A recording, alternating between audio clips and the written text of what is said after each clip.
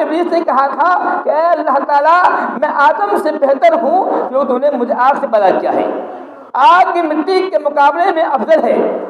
یہ سب سے پہلا قیاس تھا جو اس کائنات میں ہوا ہے، اس سے پہلے کسی نے قیاس نہیں کیا تھا۔ سب سے پہلے اسی ابلیس نے قیاس کیا، کہا کہ ہم آدم سے بہتر اس لیے کہ تو نے مجھے آگ سے پیدا کیا، آدم مٹی سے پیدا کیا ہے، آگ مٹی سے افضل ہے، اس لیے ہم آدم سے افضل ہوئے۔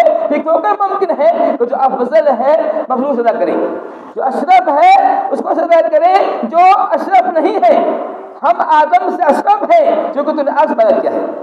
سب سے پہلے اسی ابلیس نے قیاس کیا تھا، اس کے بعد سے قیاس دروازہ کھلتا گیا، آج تک قیاس ہوتا جا رہا ہے۔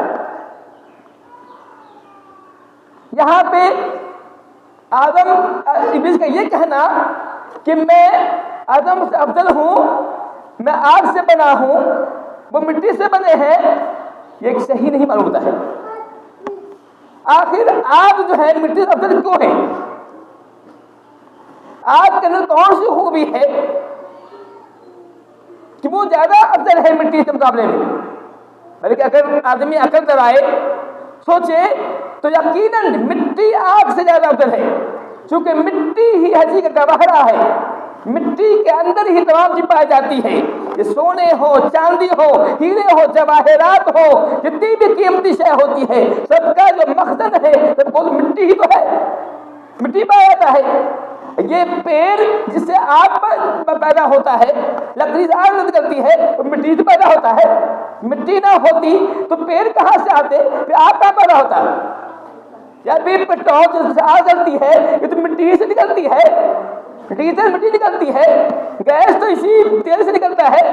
تو معلوم ہوا کہ یہ کہنا کہ آگ مٹی سے افضل ہے یہ اس کی سوچ تھی، ورنہ یہ حقیقت نہیں ہے، ورنہ یہ نہیں ہے کہ واقعی آگ مٹی سے افضل ہے۔